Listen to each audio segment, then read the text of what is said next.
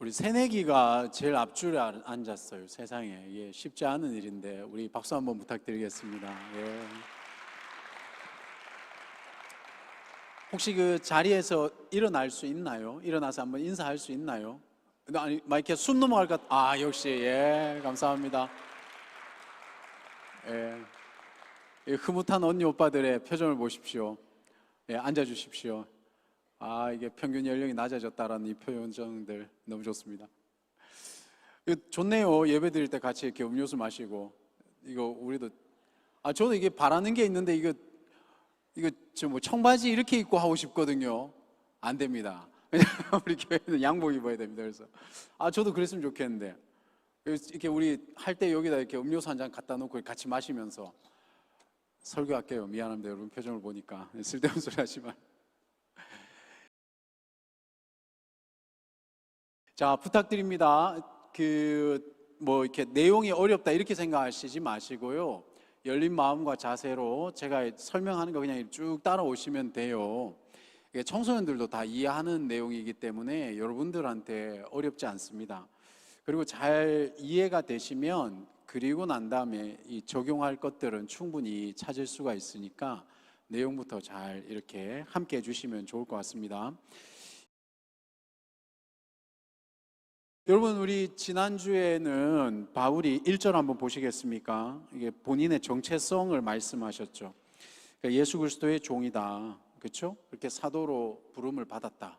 그럼 오늘 이제 조금 생각해 볼 건 뭐냐 하면 5절 한번 보시면 우리가 은혜와 사도의 직분 되어 있죠. 그리고 순종하게 되는 것 6 그리고 7절, 6절도 마찬가지인데 부르심을 받은 것, 이 내용에 대해서 조금 한번 살펴보려고 합니다. 그래서 내용은 그렇게 전달할 테니까 한번 따라와 보시면 감사하겠습니다. 여러분, 바울이 이 로마서를 쓴 이유가 우리가 한번 생각을 해봐야 됩니다. 이 불신자를 위한 것일까요? 아닙니다. 이 바울이 로마서를 쓴 거는 로마에 있는 교회, 그러니까 이 서신을 받고 있는 사람들은 이미 예수님을 영접한 사람들인 거죠. 교회에 있는 사람들입니다. 그럼 왜 또 그들에게 또다시 복음을 전하고 설명을 했을까? 이게 이제 우리가 생각해 볼 대목입니다. 그러니까 이 믿음의 감격을 잃어버린 성도들을 깨우기 위해서 복음을 지금 설명하고 있는 거죠. 이것을 보면 우리가 알아야 될 게 뭐냐? 복음이라는 것은 누구나 들어야 되는 거구나. 그러니까 예수 모르는 사람들도 복음을 들어야 되는 것은 당연하지만 이 구원의 감격을 잃어버린 우리 이 교회 안에 있는 우리들 역시도 복음을 들어야 된다라는 거죠. 왜 그렇습니까? 이 복음에 무엇이 있기 때문에 우리가 복음을 들어야 됩니까? 복음에 능력이 있기 때문에 그렇습니다. 그러면 무엇이 우리의 이런 식어진 가슴들을 다시 이렇게 뜨겁게 불지필 수 있을까? 또 무엇이 낙심하고 낙담한 나의 마음을 회복시킬 수 있을까? 또 무엇이 삶에 지쳐서 길을 잃거나 나의 의지대로 살다가 방황할 때 올바른 방향을 제시해 줄 수 있을까? 그게 바로 복음이라는 겁니다. 복음. 그러니까 이 십자가의 복음이 우리를 새롭게 하고 죽었던 우리의 신앙을 다시 살리고 또 때로는 이 흐려진 목표를 바르게 잡아주고, 그러니까 복음만이 우리를 이 지옥에서 건져서 영생을 얻게 하고 또 모든 믿는 자에게 영생을 주시는 하나님의 능력이라는 것, 이게 이제 복음의 성격이라는 거죠. 그러니까 이렇게 명백한 진리 앞에서 우리가 무엇을 해야 되겠습니까? 당연히 내 영혼을 구원하고 불순종으로 죽어가는 우리의 영혼을 구원하는 것, 이게 정말 중요하다, 시급하다라는 거죠. 그런데 이런 복음을 들을 때에 우리가 접할 수 있는 특징적인 태도가 있습니다. 먼저는 대표적인 건데요, 내가 들어서 안다라는 태도가 보통 교회를 오래 다니는 사람들한테서 접할 수 있는 겁니다. 이렇게 이 지식을 추구하는 신앙적 태도, 이런 사람들은 변화가 잘 안 일어납니다. 그래서 이제 내가 들어서 알기 때문에 실제로 성경은 안 봅니다. 설교를 많이 들었지 성경은 보지 않아요. 근데 이 차이점을 잘 모릅니다, 여러분. 이 하나님의 말씀은 보지 않는데 설교를 많이 듣는 것, 그것이 어떤 면에서는 우리에게 좀 건강하지 않은 영향을 미친다라는 걸 잘 모를 때가 많아요.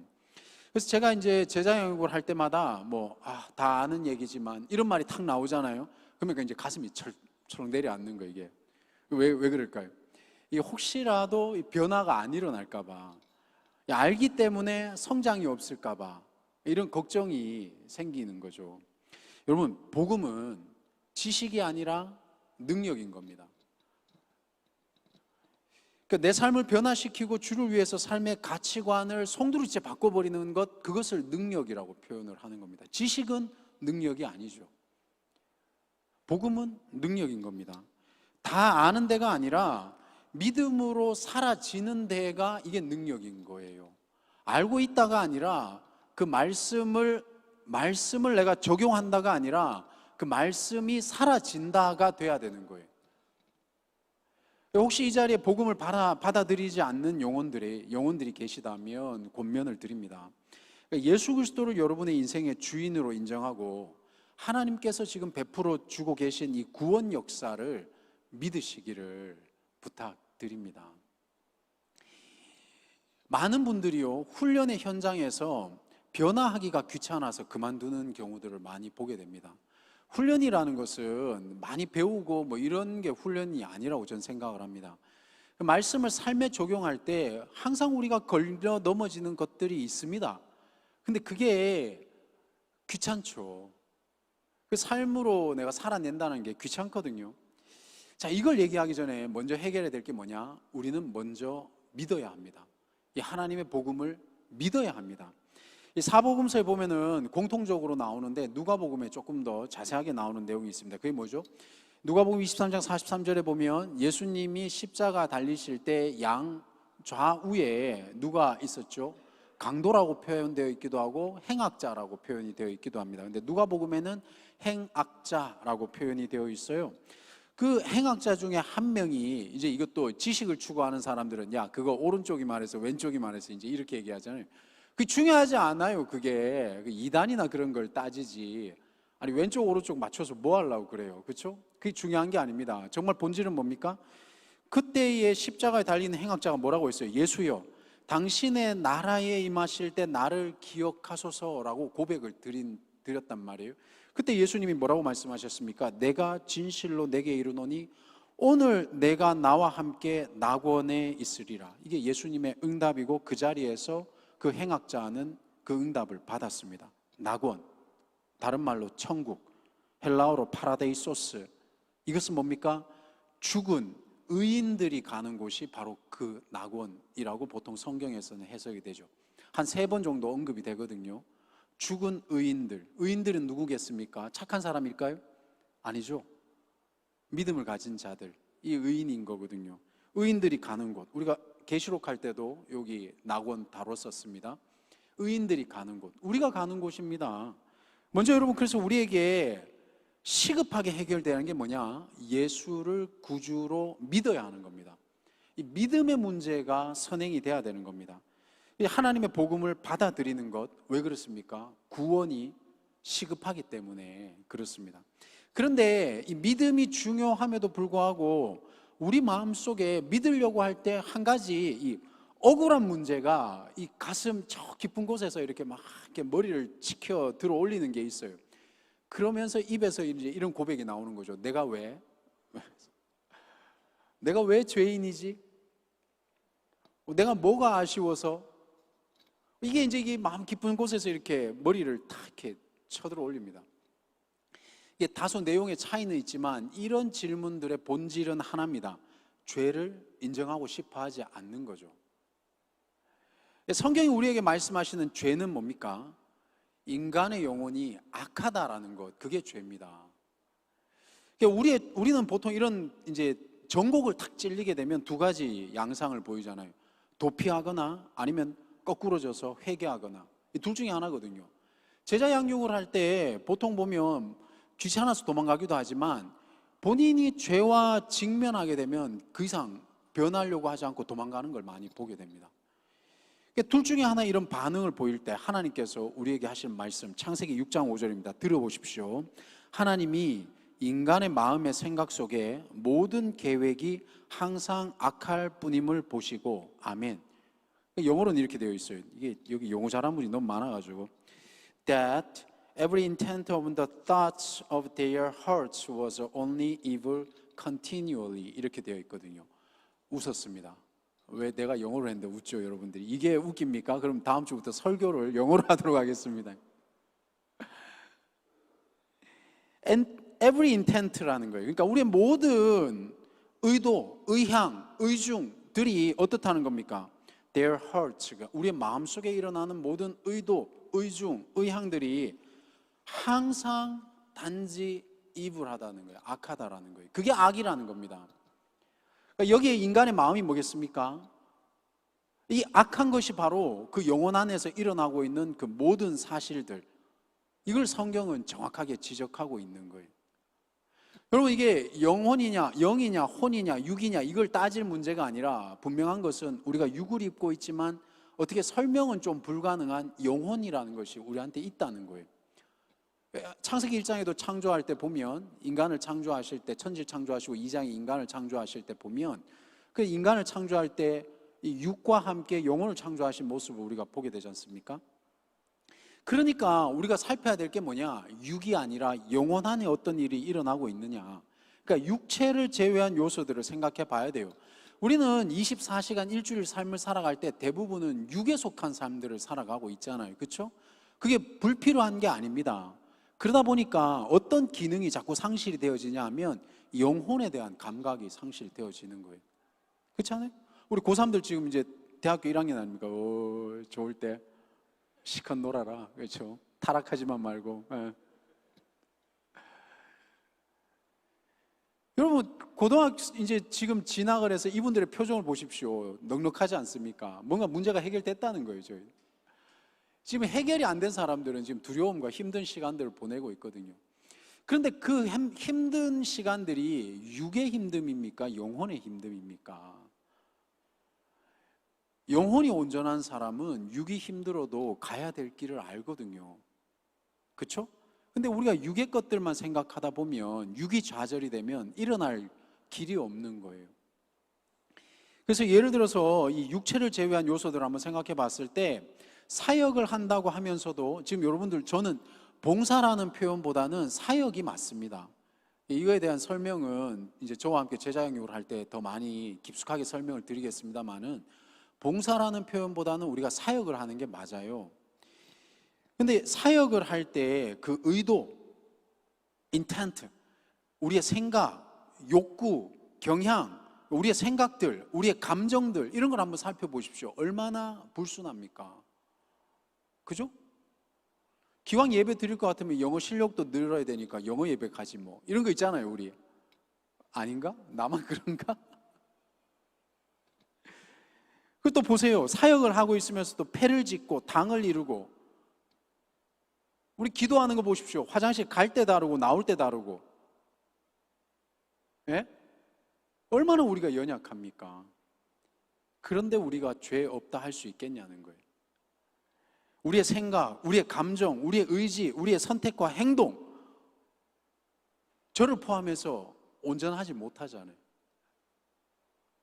이걸 보셔야 됩니다. 이게 바로 창세기에서 말씀하신 사람의 생각이 악하다라는 거예요.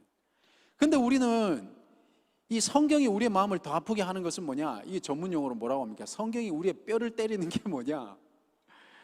도덕적 수준의 정직이 아니라 이 하나님의 본질에 반대되는 것을 죄라고 성경은 말씀하시는 거예요.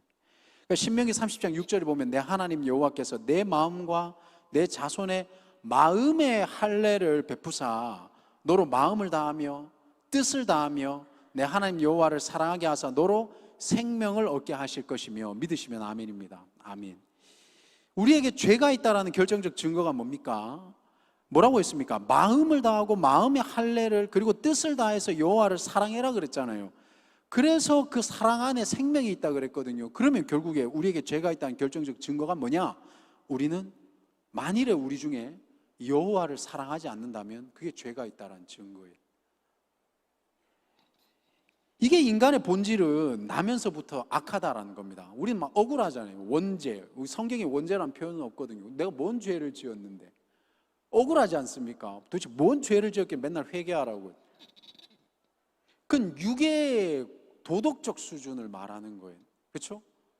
우리 장로님께서, 제가 이게 감히 법을 논할 수는 없지만 제가 아는 상식, 법이라는 것은, 이것은 가장 기본에 해당이 되는 거거든요. 그렇지 않습니까? 모든 것을 법으로 따질 수가 없죠. 그러니까 인간의 본질이라는 것은 나면서부터 악하다라고 했을 때 우리의 육신 안에 선한 것이 없다라는 말, 그렇다면 내가 도둑질을 했어, 살인을 했어, 이런 수준에서 만일에 회개를 생각한다면 당연히 우리는 거부 반응이 일어날 수밖에 없는 거예요.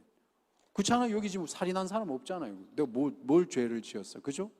근데 이게 하나님, 우리가 진짜 이 하나님을 사랑하는 사람들의 특징이 뭡니까? 남들이 볼 때는 죄도 아닌데 막 가슴을 치잖아요. 내가 형제를 미워했다고 막. 그렇죠? 사랑하는 여러분, 우리에게 필요한 게 뭐냐? 믿어야 합니다. 하나님께서 우리와 약속이 아니라 언약을 맺으시고, 약속은 뭡니까? 약속이라는 것은 계약 관계인 거예요. 그렇죠? 한쪽이 파기하면 끝나는 겁니다. 언약은 뭡니까? 하나님께서 우리에게 베풀어 주신 은혜이기 때문에 그 하나님께서 파기하지 않겠다라는 게 언약인 겁니다. 이 하나님이 언약을 맺으시고 그 하나님의 열심으로 우리를 구원하시겠다라는 것, 그게 하나님의 성품이거든요. 이걸 믿으시는 겁니다. 그래서 그 하나님이 그 성품으로 누구를 우리에게 보내셨습니까?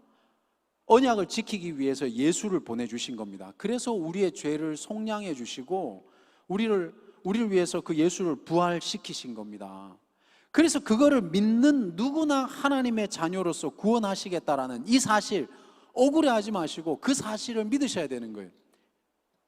그러니까 예수님 옆에 있던 이 행악자도 주여 나를 기억하소서, 오냐 네가 오늘 낙원에 있다라는 게 이루어질 수 있는 거예요. 믿음이 전제되기 때문에.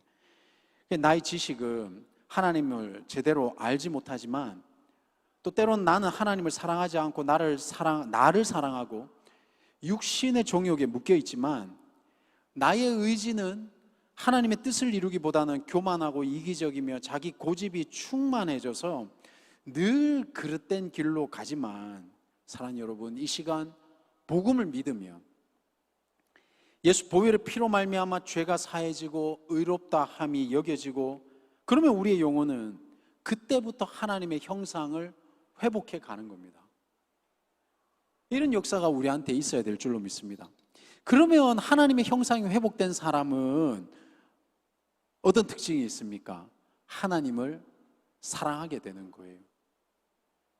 요한일서 4장 18절 말씀에 오늘 우리 지오스 리더도 마지막에 그런 멘트를 날렸는데 제가 그 듣다가 깜짝 놀랐어요. 야, 역시 성령은 한 성령님이시다. 여러분, 사랑 안에 두려움이 없고 온전한 사랑이 두려움을 내쫓나니 두려움에는 형벌이 있음이라. 두려워하는 자는 사랑 안에서 온전히 이루지 못하였느니라. 많은 분들이 나 같은 사람은 구원받지 못해요. 여러분, 두려워서 그렇죠. 두려움에 집중하는 게 아닙니다. 어디에 집중해야 되는 겁니까? 죄에 무뎌도 문제지만 죄 때문에 두려워하는 것도 문제인 겁니다. 무슨 뜻입니까, 목사님? 하나님을 오히려 더 충만히 사랑하셔야 되는 겁니다. 하나님을 충만히 사랑하면 사랑할수록 우리 안에 있는 죄가 머물 공간이 없어지게 되는 거예요. 그래서 두려움으로 신앙생활을 하는 게 아니라 오히려 더 우리는 믿음으로 더욱 하나님을 사랑함으로 우리에게 허락된 이 구원을 온전히 이루어가는 삶을 살아야 된다. 이렇게 하나님을 사랑하는 사람들이 이제 봐야 되는 구절이 어디냐? 로마서 1장 5절을 한번 보시겠습니까? 1장 5절에 보시면 그로 말미암아 우리가 은혜와 사도의 직분을 받아 그의 이름을 위하여 모든 이방인 중에서 믿어 순종하게 하나니. 아멘. 사랑하는 여러분, 우리가 은혜와 사도의 직분을 받은 겁니다. 하나님을 사랑하는 사람이 은혜와 사도의 직분을 받은 겁니다. 그런데 은혜와 직분이라는 이 표현은 이제 따로 국밥이 아닙니다.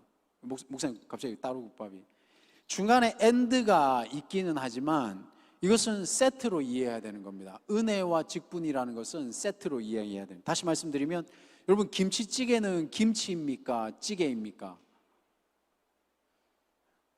햄앤치즈는 햄입니까? 치즈입니까? 요즘 이제 막 헷갈립니다. 원래는 치즈인데 찌개인데 같이 가는 겁니다. 같이. 주님께 은혜를 받은 사람은 당연히 직분을 감당하게 돼 있다라는 거예요. 그런 의미에서 같이 가는 겁니다. 그러니까 주님께 은혜를 받은 사람은 당연히 사명을 감당하게 돼 있는 거예요.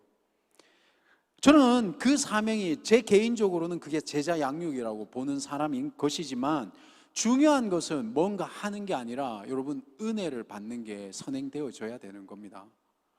은혜를 받는 사람은 뭘 할까 고민하거나 걱정 안 하셔도 돼요. 은혜를 받은 사람은 하기 싫어도 하게 돼 있다는 겁니다. 제가 제 후배들이 뭐 이렇게 사역을 한다라거나 그럴 경우에 특별히 막 어떤 분들 보면, 지금 저희 임원들 권면할 때도 그렇습니다. 저는 그렇게 강요하거나 그러고 싶은 마음은 1도 없어요. 근데 임원도 그럴진데 사역자들을 권면할 때 저는 그렇게 막 권면하거나 그러지 않습니다. 왜 그런 줄 아세요? 이게 사역이라는 것이 여기 무슨 뭐 부귀영화를 누리러 오는 거 아니지 않습니까? 그 정도 오는 사람이 하나님의 은혜를 받지도 않고 온다라는 것 자체가 문제죠. 그걸 설득해서 해야 되는 문제입니까? 혹 이 자리에, 혹 지금 영상을 보고 있는 우리 여디디아 멤버들 중에 내가 하나님 앞에 뭘 드려야 될까 고민하는 사람들이 있다면 그 고민 자체가 문제입니다. 여러분이 은혜를 더 충만히 받으셔야 돼요. 뭘 하려고 고민할 게 아니라, 지금 내가 나가야 되는데, 그럼 나가요? 그러면 왜 안 나가는 거예요 도대체? 은혜나 받으시라고. 은혜나. 내가 뭘 해야 된, 은혜를 받으시라니까요. 그러면 고민 안 하게 돼 있다고요. 제가 조심스러워서 말씀을 못 드리겠지만, 사랑 여러분, 저는 지금 여러분 공동체를 섬기는 게 더 중요하기 때문에 나중에 말씀드리겠습니다만은, 제 팔을 자르는 듯한 저의 이익을 버리고 이 자리에 있는 겁니다. 그거는 어떤 것을 원해서가 아니에요. 여러분을 향한 하나님이 부어주신 은혜가 크기 때문에 있는 겁니다. 목자하라고 권면하는 것도 웃긴 일인 거예요, 이게. 아니, 공동체를 사랑하고 영혼을 사랑하면 권면 안 해도 해야 되는 거지. 자기가 하고 싶은 거나 하고 이러면 그거는 직분이 아니라고요. 왜 그런 줄 알아요? 상처받으면 그만두거든요, 그러면. 근데 상처를 한 달만 가면 받지. 그렇지 않습니까? 한 달은 가나? 은혜 받으셔야 되는 거예요, 은혜. 그렇게 은혜 받은 이 직분자들이 5절을 보셔야 되는 겁니다. 그때 일어나는 게 뭡니까? 순종하게 됩니다. 순종. 근데 이 순종에 대해서 우리가 조금 더 정확하게 아셔야 되는 겁니다. 헬라어로는 휘파하고 순종입니다. 히브리어로는 샤마. 근데 이 샤마가 원래 뜻은 듣다 이런 겁니다. 듣다. 그런데 신명기 6장 4절 5절에 보면 그것을 순종으로 표현이 되어 있다고요. 들으라 이스라엘아, 샤마, 쉐마 이스라엘 이렇게 되어 있거든요. 이스라엘아 들으라. 사랑하는 여러분, 들음이 요구하는 게 뭡니까? 순종입니다. 순종. 이스라엘의 실패는 뭐예요? 순종 안 함이 아닙니다. 듣지 않았기 때문에 순종하지 못하는 겁니다. 직분이 없는 게 아니라 은혜 받지 못했기 때문에 직분을 못 찾는 거예요. 이 역시 마찬가지 아닙니까? 순종이 먼저가 아니라 들음이 먼저인 겁니다. 제대로 들으면 제대로 순종하는 거 아니겠습니까? 사춘기 아이들처럼, 사춘기 아이들한테 요새 부모가 뭐라고 얘기하면 사춘기 뭐라고 합니까? 내가 알아서 할게, 이거 아닙니까? 네가 알아서 안 하니까 얘기하는 거잖아요. 지금 맨날 얘기해. 내가 알아서 할게, 내가 알아서 할게. 그 내가 알아서 하가 잘 안 돼요. 여러분, 제 나이쯤 되면 뭐가 제일 아쉬운 줄 아세요? 누군가가 나에게 말해주고 사랑의 마음으로, 이익이 아니라 사랑의 마음으로 나에게 얘기해주는 어른이 없다라는 게 아쉬워요. 저는 지금 여기 그냥 장로님 계셔서 드리는 말씀이 아니라, 여러분 정말 어떻게 표현할까요? 정말 겸손하게, 제가 훨씬 어리고 미성숙함에도 불구하고 이 사역자를 이해해 주시고 들어주시고 이런 고마움이 있어요. 여러분들이 이 깨달아야 되는 게 뭔지 아십니까? 여러분들에게 뭔가 말해줄 수 있는 선배가 없다, 어른이 없다. 이거 슬픈 일이에요. 지금 이렇게 그냥 막 살아가는 거, 그게 좋은 것 같죠? 나중에 여러분들이 누구한테 가르칠 나이 돼 보세요. 예? 만만치 않습니다. 예? 만만치 않습니다. 진짜 누군가가 아무 이익 없이 나를 위해서 사랑해서 잔소리해 줄 수 있는 사람, 나를 걱정해 줄 수 있는 사람, 이게 진짜 복입니다. 근데 여러분, 이 순종, 그러니까 이 들음의 최고봉, 그러니까 온전한 순종을 보여주신 샘플이 우리가 복음서에서 만날 수 있습니다. 누굽니까? 예수님이신 거죠. 예수님은 이 위치가 성부 하나님, 성령 하나님과 동격이신 분 아닙니까? 근데 그분은 겸손하셔서 인간의 몸을, 우리가 똑같은 거 아니에요? 여기 이 자리에 보면 저보다 학벌 높은 사람이 얼마나 많습니까? 근데 겸손하게, 제가 뭐 여러분보다 똑똑한 것도 아닌데 얘기하면 들어주고 함께 동역하는 그런 사람들이 얼마나 많아요. 예수님은 종의 모습을 취하신 거예요. 그게 그냥 육을 입고 왔다, 여러분 더 깊이 이해하셔야 되는 거예요. 겸손하신 거예요. 그래서 자기의 몸을 버리시고 자기를 낮추시고 결국에는 죽기까지 복종하셔서 십자가에서 죽으신 겁니다. 왜요? 주님은 이 땅에 오셨을 때 뭐하러 오신 겁니까? 순종하셔서. 뭘 순종하려고요? 섬기기 위해서. 주님 그렇게 오신 거거든요. 그게 종이 되신 궁극의 본보기, 우리가 본받아야 될 모습, 그걸 보여주신 거거든요. 그렇게 보여주신 이 사역을, 삑사리가 나서 미안합니다, 우리에게 지금 동일하게 요구하고 있는 겁니다. 제일 큰 사역이 뭡니까? 섬기는 거죠.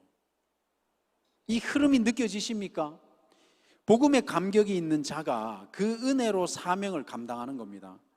그때 주님이 순종하신 모습을 따라서 우리도 순종하고 섬기는 것, 이게 지금 로마서 1장 5절 속에 우리가 이해하고 느껴야 되는 내용들인 겁니다. 순서가 근데 자꾸 바뀌어요. 우리가 눈에 안 보이는 거는 배울 생각도 안 하고 눈에 보이는 것부터 먼저 배우려고 그런단 말이에요. 그러니까 뭐부터 하려고 합니까? 믿지도 않는데 순종하려고 그러고, 그렇죠? 은혜도 안 받은데 직분 감당하려고 그러고. 순서가 바뀌어요. 순서가. 사랑하는 여러분, 말씀을 정리하도록 하겠습니다. 결국 우리가 신앙생활을 할 때 흔히 기억하지 못하는 것 하나가 있습니다. 이걸 기억하셔야 됩니다. 우리의 신앙은 삶을 기반으로 하고 있다는 사실, 이걸 잊어버리면 안 됩니다. 삶이 뭡니까? 성경에서 유추할 수 있어야 되는데, 삶이라는 것은 성경이 역사적으로 구성되어져 있는 것과 똑같은 이치인 겁니다. 그러니까 역사는 뭐죠? 역사는 시간이 있는 거죠. 역사는 사건이 있습니다. 역사는 장소가 있는 겁니다.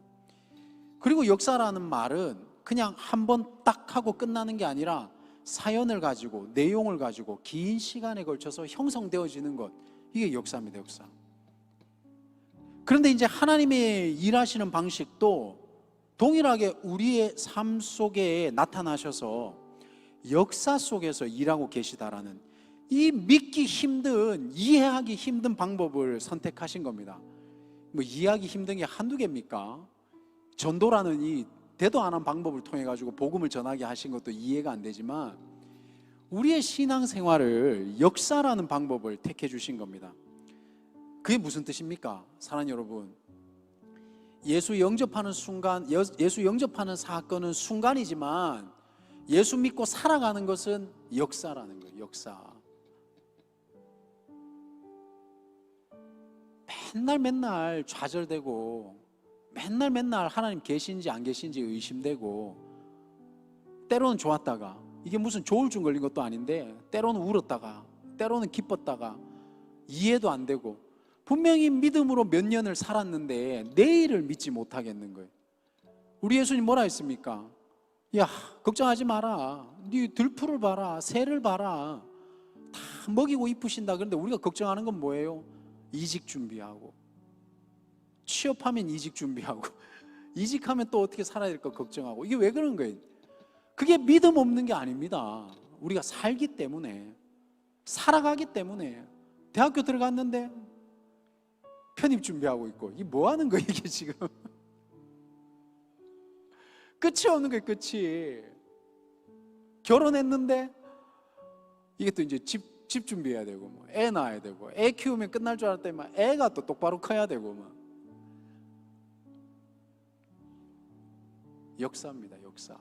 살기 때문에 이걸 잊으시면 안 된다는 거예요.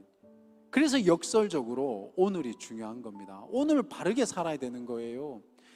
나와 내가 대면하기 싫은 사람과 상황과 이런 사연들 속에서 그럼에도 불구하고 내가 오늘 어떤 태도를 취할 것인가, 이걸 선택하셔야 된다는 거예요. 그렇다면 우리가 사명을 감당할 때 어떤 태도를 취해야 되겠습니까? 복음이 나의 삶과 관련이 있다. 은혜는 나의 삶 속에서 역사하시고, 사명도 지금 내가 하고 있고 살고 있는 이 삶과 무관하지 않다. 그렇다면 순종은 당연히 피부로 느낄 수 있고 알 수 있는 것이고, 그렇기 때문에 순종할 때 때로는 고통스럽고, 때로는 두렵고, 때로는 감격스럽고. 목자님들 여기 계시잖아요. 목자님들 언제가 감격스럽습니까? 365일 중에 364일이 고통스럽죠. 그러다 365일 날에 우리 목원들이 갑자기 정신 차린 날이 하루는 있거든요. 1년 중에. 목자님 감사해요. 그럼 또 거기 또 정신 못 차려가지고 또 다음에 또 1년 더 하고, 뭐 영혼 때문에 그런 거 아닙니까? 영혼 때문에 우리가 같이 살아가니까. 근데 이거 뭐 삶이라는 요소가 빠지면 공동체는 실은 의미가 없는 거예요. 여러분, 여기 지금 우리가 비즈니스 하려고 만나는 거 아니잖아요. 근데 수틀리면 대화 안 해버리고, 뭐 자기하고 안 맞으면은 겉으로는 얌전한데 뒤로 가서 딴짓하고 있고, 어디 숨어서 신앙생활하고 있고. 그럼 변화 없는 거예요. 그러면 성장도 없고 성숙도 없는 거예요. 존중도 모르고. 우리가 그렇다는 거 아닙니다. 갑자기 또 목사님 또 화냈다 이러면 안 돼요. 사랑하는 여러분, 하나님이 우리 개인의 삶 속에 역사하셔서 일하신다, 이걸 잊으시면 안 됩니다. 그래서 저는 교회 사역은 취미 생활이 아니라고 생각하는 거예요. 이 취미 생활은 뭐예요? 취향 따라 선택하는 게 더욱더 아니다. 예수를 본받았다면 영혼을 살리기 위해서 우리가 힘을 모아야 되는 겁니다. 진짜 남들 안 하는 것, 남들 하기 싫어하는 것, 믿음이 좋으면 그거 해야 되는 거예요. 근데 이게 이제 제가 팁으로 드리는 건데, 참고로 사역이든 삶이든 요거 아시면은 아마 유용한 팁이 되지 않을까. 저도 역시 똑같은 생각을 가지고 있는데요. 뭐 쉽지는 않겠지만 한번 그래도 나누고 마치도록 하겠습니다. 이 하나님 은혜를 주셔서 본의 아니게 외부에서 집회나 강의, 세미나 이런 걸 지금까지 한 450여 차례 섬기고 했었거든요. 그러면 이제 가면은 이제 집회 갈 때 제일 어려운 게 뭐냐 하면 이 엔지니어들하고 소통하는 게 쉽지 않아요. 왜냐하면 그 보통 교회에서 기계 다루는 분들은 전문가들이잖아요. 그렇죠? 이 전문가들 특징이 뭡니까? 나는 알고 너는 모른다잖아요. 그렇죠? 그러니까 보통은 나는 안다고 생각하는 사람은 뭐 이런 문제가 있잖아요. 그럼 이제 우리가 이렇게 얘기를 하면 뭐라고 피드백이 오냐 하면, 원래 그래요 이렇게 다 그래요 뭐 이러거든요. 그 우리 모르잖아요. 그러면 뭔가 이렇게 느낌은 이상한데 뭐 다 그렇다니까 뭐 어쩔 수 없이 넘어가거든요. 근데 여기에서 무슨 문제가 생기냐 하면 태도의 문제가 생기는 거예요. 전문가는 그거는 이제 기계직이 되는 거죠. 기계직이. 진짜 전문가는 뭐냐 하면 사람의 마음을 읽어주는 게, 이게 전문가입니다. 여러분, 명의라는 프로그램 저희 사모가 진짜 즐겨보는 건데 저는 안 봅니다. 근데 명의에 나오는 사람들, 의사분들 대부분 특징이 뭡니까? 기술 좋은 사람을 명의라 그러지 않잖아요. 명의는 환자의 마음을 읽어주고 기술도 좋은 거예요. 그죠? 우리가 어떤 직분을 감당할 때 여러분들은 엔지니어가 될 겁니까? 아니면은 정말 프로, 전문가가 될 겁니까? 그렇죠? 내가 이게 기계적으로 어떤 사역을 감당할 거예요? 아니면 그 안에 눈으로 볼 수 없는 녹아져 있는 인문학적인 이 사람을 볼 수 있는 그런 존재가 될 겁니까? 근데 제가 나중에 보니까 제 말이 맞았어요. 하여튼 이게 그래서 여러분 우리가 무식하면 안 돼요. 무식하면 당하거든요. 내가 맞았는데도 내가 모르니까 당한 거예요. 자기가 실수했는데 이게 하여튼 우기면. 근데 이런 거 우리가 어디서 또 많이 느끼죠? 뭐 AS 같은 거 있잖아요. 전화 걸면은 보통 그 대답을 해주는 분들은 이게 매뉴얼대로 대답해 주잖아요. 그렇죠? 전화 걸어주는 사람의 답답한 마음은 이해하는 게 쉽지 않아요. 매뉴얼대로 대답을 해주거든요. 사과로 대표되는 회사 있잖아요. 여기하고 통화해 보셨습니까? 저는 거기 그 회사하고 통화할 때마다 느꼈습니다. 아, 이 사람들의 전략은 내가 여기서 AS를 받으려고 요청을 했다가 지쳐서 더 이상 전화를 못하게 만드는구나. 이걸 내가 느껴요. 나는 지금 이게 막 뭔가 이렇게 문제를 해결하고 싶은데 홈페이지에 가면 도대체 연락할 데가 없어요. 맨날 사람을 정말 힘들게 만드는. 여러분 근데 정말 여러분들 프로가 되려면 우리의 마음을 어떻게 바꿔야 되겠습니까? 사역할 때도 마찬가지입니다. 원래 그래요 이러면 안 돼요. 그럼 우리가 말과 태도를 바꿔야 됩니다. 아닌데, 이 아닌데를 삐딱하게 아닌데가 아니라 될 텐데, 할 수 있을 텐데. 지금 특히 소위 말하는 지금 이 우리 잔소리 없이 자란 우리 젊은 대학생들, 청년들에게 지금 이 종의 자세, 프로와 같은 종의 자세가 필요한데 그게 뭐냐 하면 여러분 우리가 알고 있는 게 전부 다가 아니거든요. 그럴 때 우리는 질문을 던져야 되는 건데 그럴 리가 없는데, 할 수 있을 텐데, 해봐야 될 텐데. 만일에 이렇게 조금이라도 태도를 바꾸게 되면 우리 교회 안의 문화가 많이 바뀌게 될 겁니다. 근데 아쉽게도, 정말 아쉽게도요, 태도를 배우기보다 요령을 먼저 배우는 사람들이 더 많아요. 요령을 먼저 배우잖아요. 그럼 태도가 망가집니다. 태도가 망가지면요 마음이 변질됩니다. 사랑하는 여러분 한번 따라해 보시겠습니까? 될 텐데, 좀 더 크게 해보겠습니다. 할 수 있을 텐데. 어떤 순종의 자리든 어떤 은혜를 받는 사람이든 사랑하는 여러분, 사람 무시하지 마시고, 사람 무시하는 것부터 먼저 배우지 마시고 사람을 존중하고 내게 맡겨진 일에 그 사명의 자리에서 프로가 되는 이 태도부터, 예수님이 보여주셨던 그 종의 자세는 그냥 무턱대고 끌려간 게 아니라 순종하시면서 그러나 그 인간으로서의 온전한 순종의 모습을 보여주셨다라는 것. 우리도 마찬가지 아니겠습니까? 예, 우리도 그렇게 종의 자세를 배워가야 될 줄로 믿습니다. 잠깐 눈 감아 보시겠습니까? 한 10여 초 오늘 말씀을 묵상하도록 하겠습니다.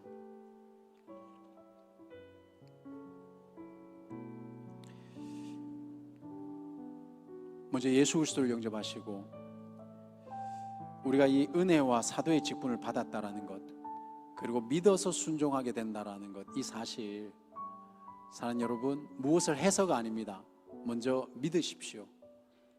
먼저 믿으시면 그 다음 발이 열리게 되는 겁니다. 예수 그리스도를 우리의 구주로 영접하시기를 권면을 드립니다. 기도하겠습니다.